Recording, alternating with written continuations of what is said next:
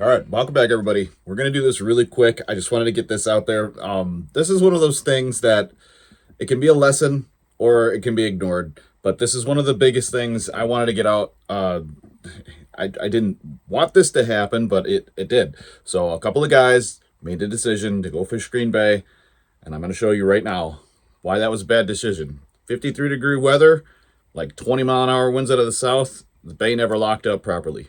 Okay, as you guys can see, I have it zoomed in here. I'm just using the webcam that they have at the county park or whatever that they have. But yeah, you can see these guys aren't that far off ashore.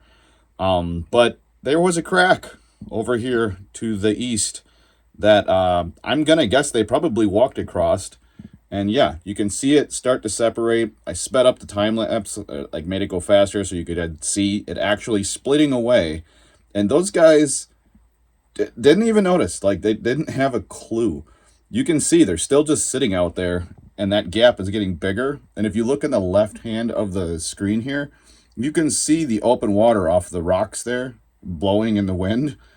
And yeah, those guys are just still sitting out there chilling. And they did not have a clue that they were about to become floats on the lake. And yeah, so I sped it up here just to show you guys how fast that ice sheet can move. And then this is like 20-30 minutes later. They're like 2 or 3 miles out there. So like the airboat showing up, they're out to the left of that airboat, probably 3 miles out already. So in like 25-30 minutes, they're already way out in the bay. Like, if nobody came to rescue them, they'd be on the other side in like another 2 hours, or they'd be stuck in the middle on an ice jam somewhere. Thankfully, the state has one of those, or the county has one of those really nice airboats. As you guys can see, I had to like navigate through the crazy ice sheets and the ice heaves that blew up this season because we had crazy weather. We never had good ice. I don't know why people think it was okay to go out there. It's not my decision to say whether you can or cannot do something, but I personally wouldn't do it. I had a bunch of offers to go out and fish whitefish and walleye and perch on the bay, and I just turned them all down. And this is one of the biggest reasons why I turned them all down. Like, look how small that airboat is. Like, it's tiny. It's so far out there. Like, I don't know what it would feel like to be drifting away on an ice floe and just way out there. And then to top it all off, you have to have the emergency crew show up. Even if you didn't go in the water, they like, it's protocol that they show up to help you in case of emergencies, like if you fell in or get hypothermia or something like that. And then here's this the boat. I need to get myself an airboat. Comment below if you think I should get an airboat one of these days. If I ever have enough money for the channel, I'm getting an airboat. I think that's going to be one of those things I do. And then I'll be able to take everybody out fishing anytime, because airboats go anywhere. Like, look at this thing climb through this. It's so nuts. But one of the things that I found very intriguing was the fact that these guys end up fishing like that, go all the way out there, have to have a huge airboat rescue, all this stuff comes in.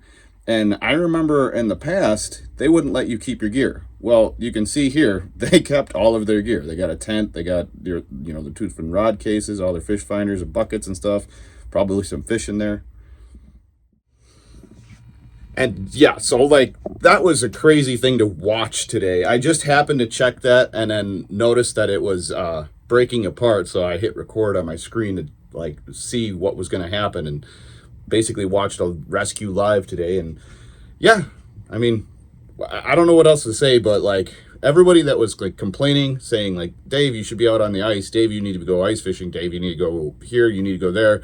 And all the offers that I was getting this season to get out and go ice fishing, this is why I didn't go. Like, I hope you guys can understand that.